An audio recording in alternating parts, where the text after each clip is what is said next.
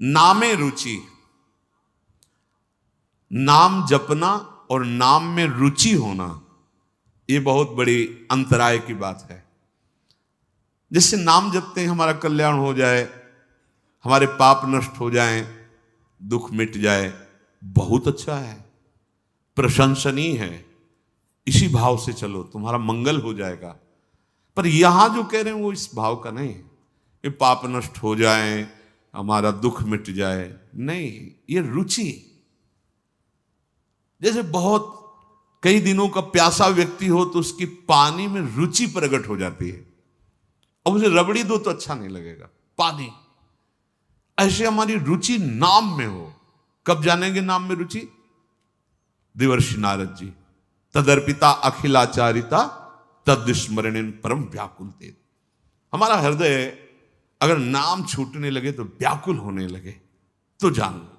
गोस्वामी श्री तुलसीदास जी दोहावली में कहते हैं, तुलसी प्रीति प्रतीति सो राम नाम जप जाग, किए होई विधि दाहिनो, देई अभाग्य ही भाग।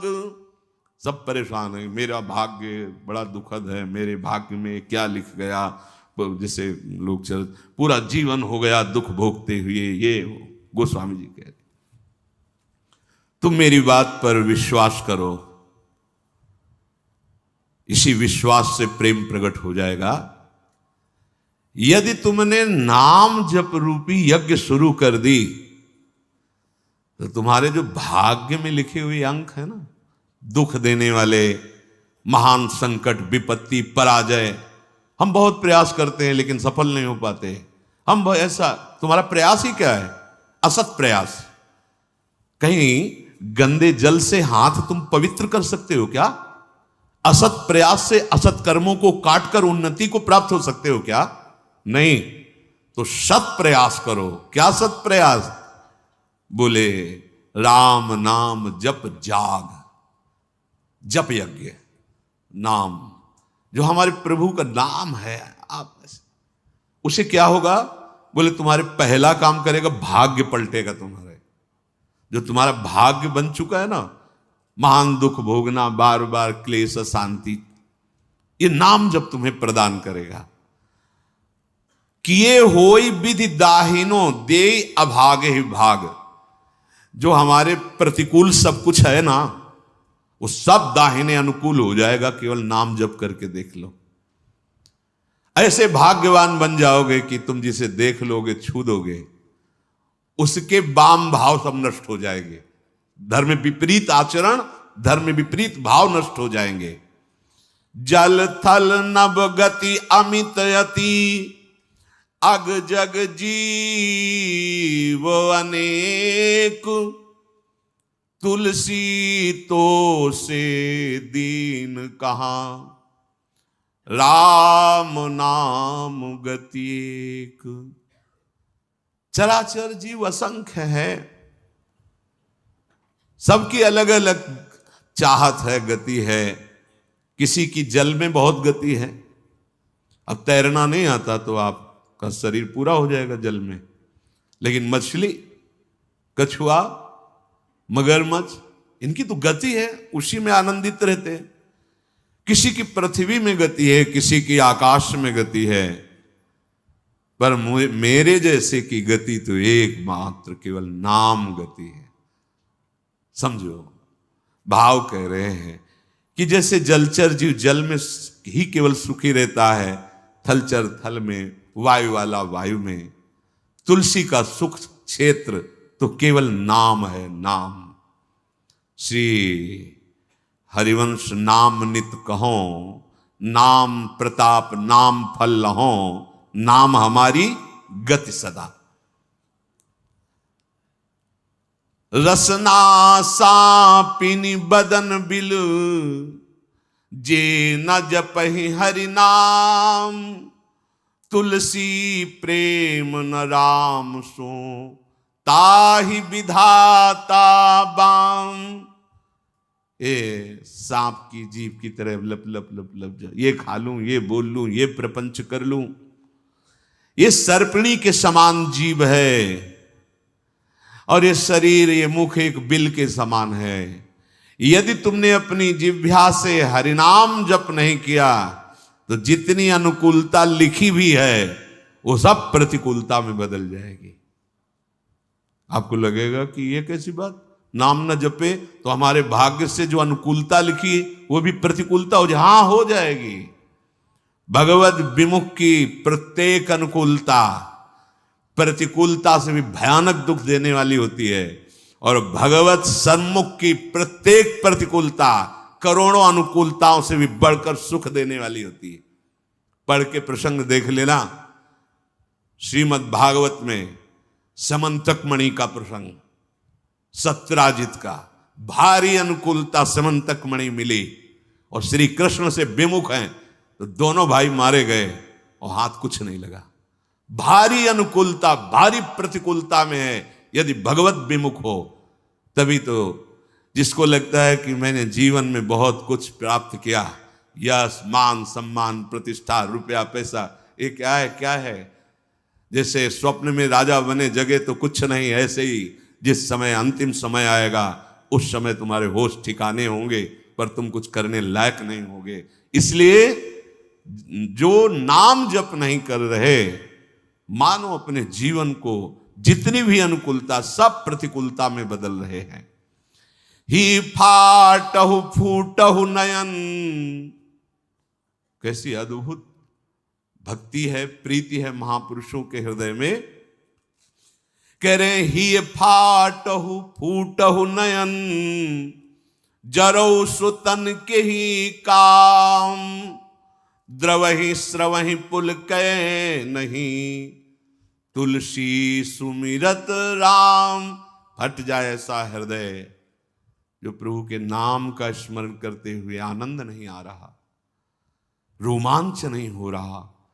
प्रभु की नाम महिमा, प्रभु का रूप, प्रभु की लीला सुनकर तुम्हारा हृदय आनंदित नहीं, फट जाना चाहिए हृदय।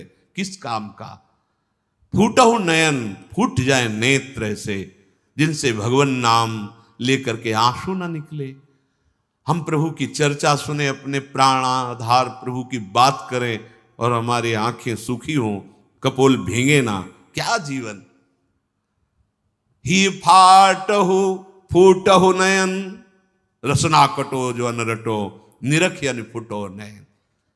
हे भूलो मत, जीवन की सार्थकता राम ही सुमिरत रणभिरत देत परत गुरु पाए, तुलसी जिनय न पुलक तनु ते जग जीवित जाए।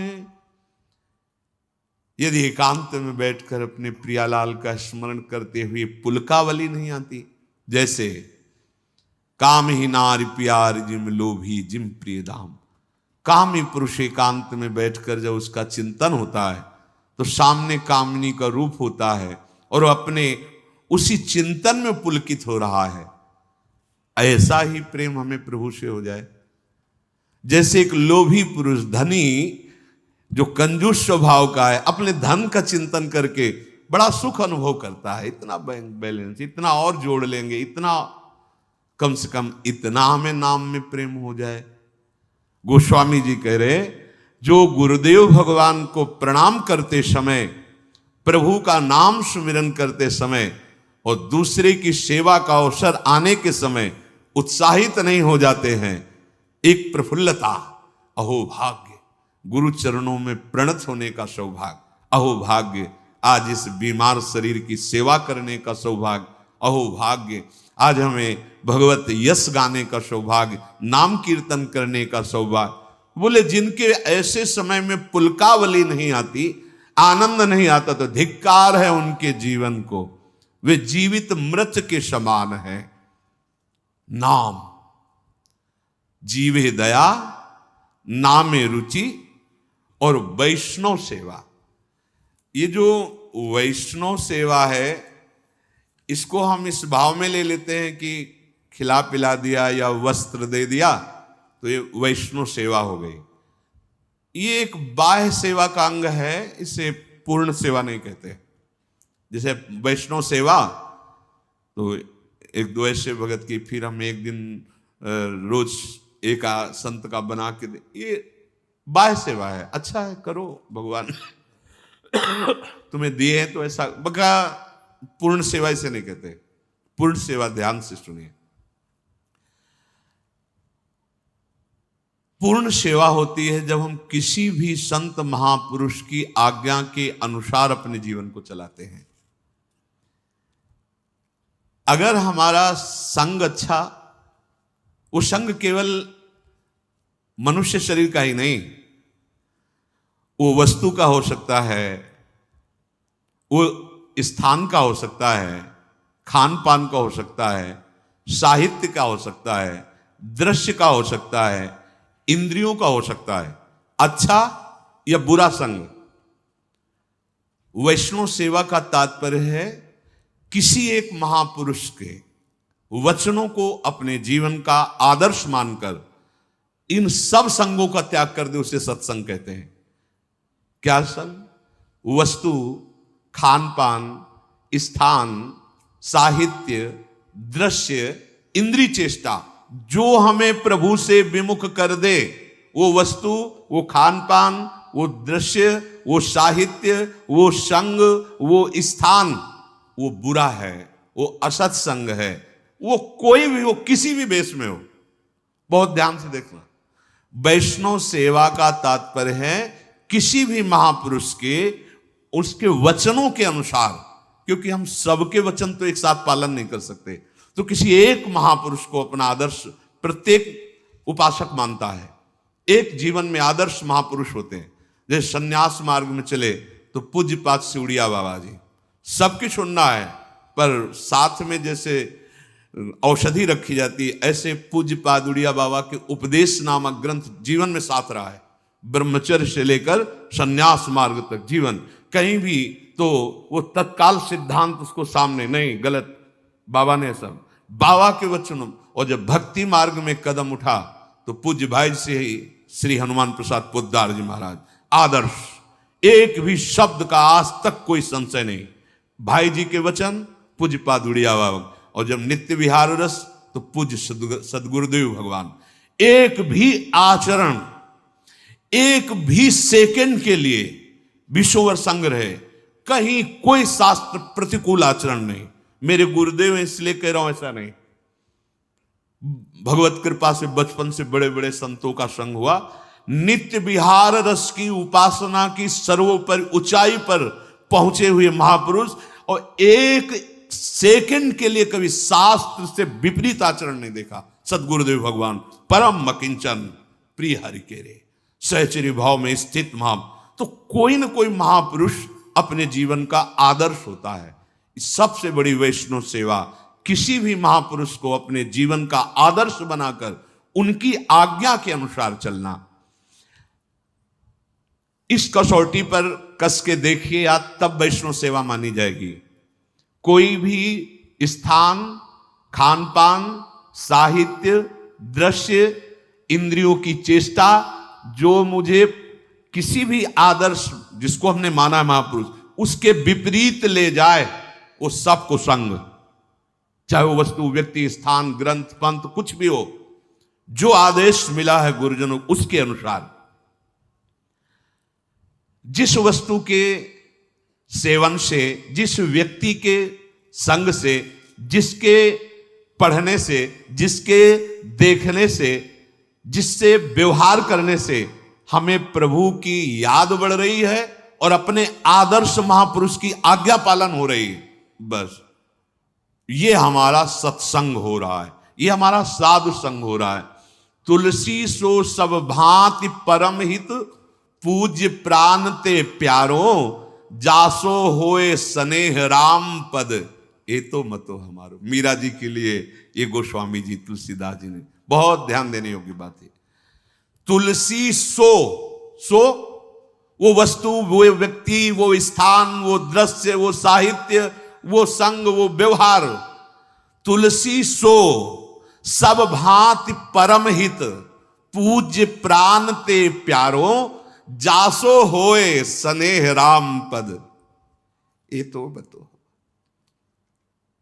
जिस वस्तु के सेवन से, जिसके संग से, जिसके पठन से हमें प्रभु से प्यार हो जाए, स्नेह राम पद ए तो यही सबसे बड़ा संग। हम कुसंग का मतलब केवल व्यक्ति का संग समझते हैं, नहीं नहीं, हर वस्तु, व्यक्ति, स्थान, वो जिसके संग से हमारे प्रभु प्रीति टूटे, प्रभु का स्मरण छूटे, हमारे गुरुजनों का आदर्श छूटे, जो हमें आज्ञा करी, वो कुसंग है। उसका सर्वतो भाव त्याग कर देना चाहिए। यदि बड़े से बड़ा अपमान, बहुत ध्यान देना, बहुत अमृतमयी बात है, बड़े से बड़ा अपमान, बड़े से बड़ा दुख तुम्हें भगवान की याद में डुबो दिया, तो धन्य है वो अपमान और धन्य है वो दुख, और धिक्कार है उस सम्मान और सुख को जिसने भगवान की विस्मृति करा दी। बात पकड़ो। तुलसी सो सब भांति परम हित, पूज्य प्राण ते प्यारो।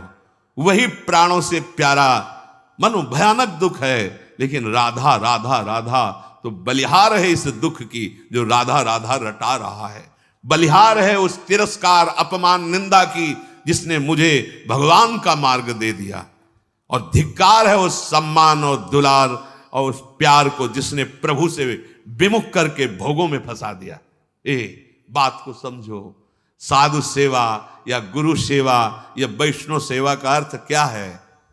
उनकी आज्ञा पर चलना, और उनकी आज्ञा से हमें कोई गिरा दे, वो कोई भी हो।